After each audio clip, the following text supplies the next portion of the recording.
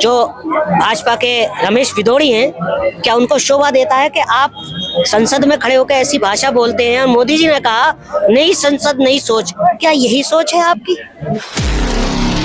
अगर आपको देश बचाना है, अगर आपको लोकतंत्र बचाना है, अगर आपको इस देश के युवा को और बेटी को बचाना है, तो आपको ईवीएम पर बैन लगाना होगा। आप ईवीएम पे बैन लगा दीजिए, फिर देखिए भाजपा की कितनी बुरी हालत होगी। नमस्कार दोस्तों, मैं आशुतोष और आप देख रहे हैं पॉलिटिक्स तक। खबर में आगे बढ़ने से पहले हम आपके लिए इतनी मेहनत कर रहे हैं, आप इस वीडियो को लाइक कर लीजिए, क्योंकि लाइक तो फ्री में होता है सर, उसे करने में कुछ नहीं जाता। और इस चैनल को सब्सक्राइब करके रख लीजिए राजनीतिक खबरों के लिए। ये क्या नाम है आपका?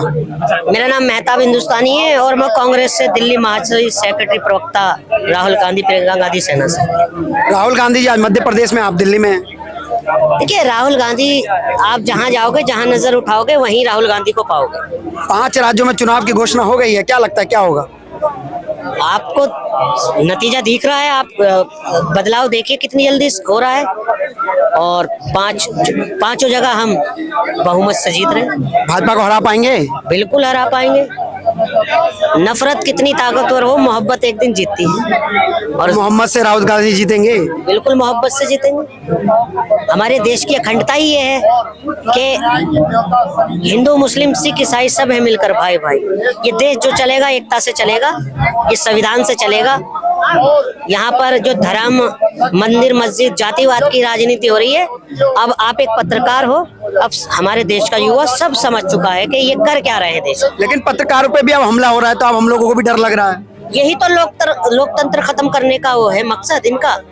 भाई, जो सच की लड़ाई लड़ेगा, जो सच बोलेगा, चाहे वो पत्रकार हो, चाहे पॉलिटिशियन हो, चाहे वो संजय सिंह हो, चाहे वो राघव चड्ढा हो, चाहे वो राहुल गांधी हो या रंजन चौधरी हो, कोई भी हो, सच कड़वा होता है और झूठ कितना ही ताकतवर हो, एक दिन हमेशा सच की लड़ाई सच ही जीतता है।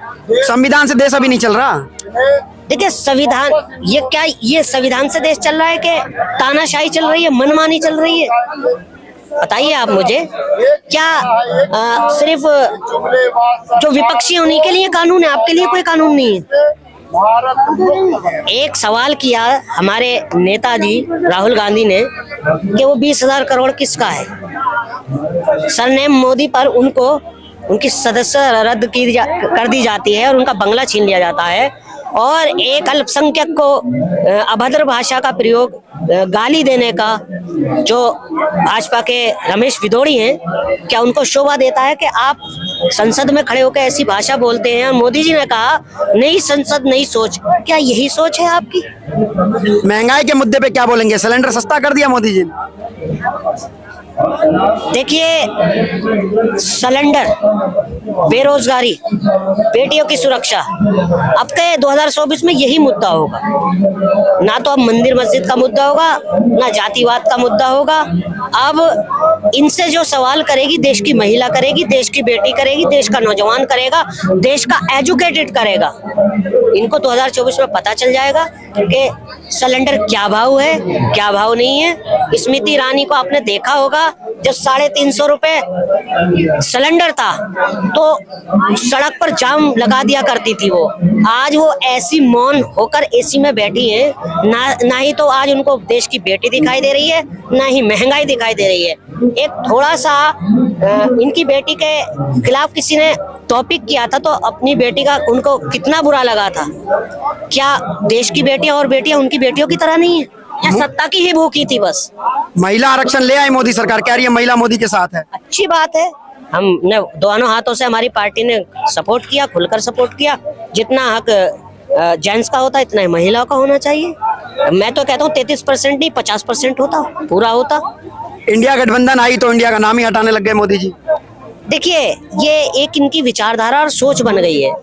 देश के प्रधानमंत्री digital India, make in India, अब हमारा चंद्रयान चांद पर गया, वहां भी इंडिया लिखा हुआ है। क्या हमारे देश के प्रधानमंत्री जी रॉकेट पर बैठ के जाएंगे उसको भारत करने, भारत लिखने? मोदी जी तो कह रहे हैं कि मैं हूं सरकार में तभी चंद्रयान 3 पहुंचा, नहीं तो नहीं पहुंच। देखिए, यही उनका और ओवर कॉन्फिडेंस जो है 2024 में लेके डूबेगा। अगर चंद्रयान का देखा जाए ना, तो जो हमारे नेहरू जी थे 1969 में उनकी सोच थी।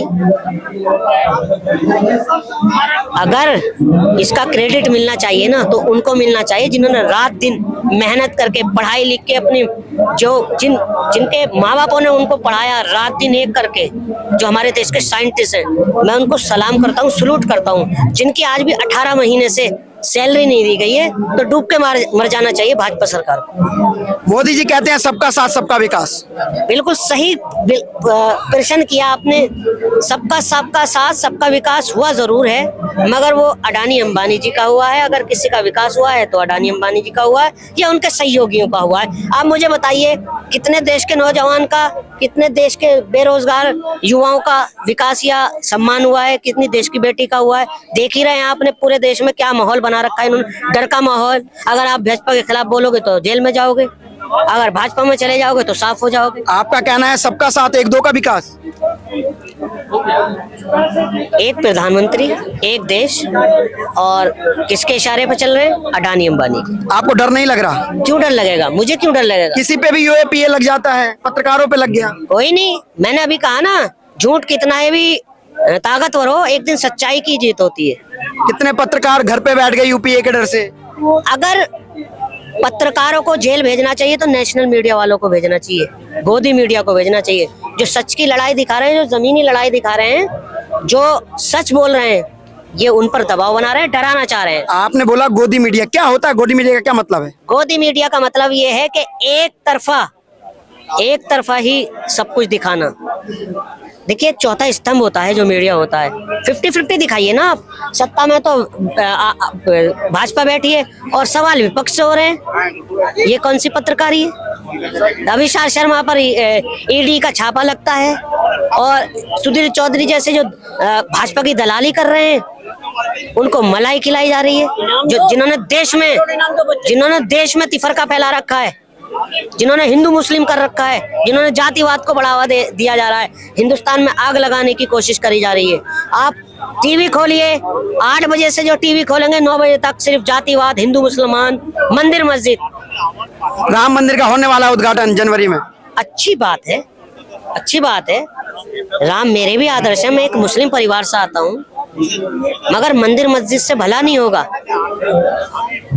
आज का युवा रोजगार मांगता है, आज का नंगा आदमी कपड़ा मांगता है, आज का भूखा इंसान रोटी मांगता है, आज का भूखा जो प्यासा बच्चा है वो पानी मांगता है। लास्ट सवाल, 2024 में किसको देखना चाहते हैं आप सत्ता में? देखिए, 2024 में मैं आपको लिख के दे रहा हूँ, बहुत बड़ा बदलाव होने जा रहा है। कमबैक इंडिया कमबैक होगी, लेकिन सबसे बड़ा प्रश्न ये उठ जाता है कि आखिर प्रधानमंत्री का चेहरा उसमें फिर कौन होगा?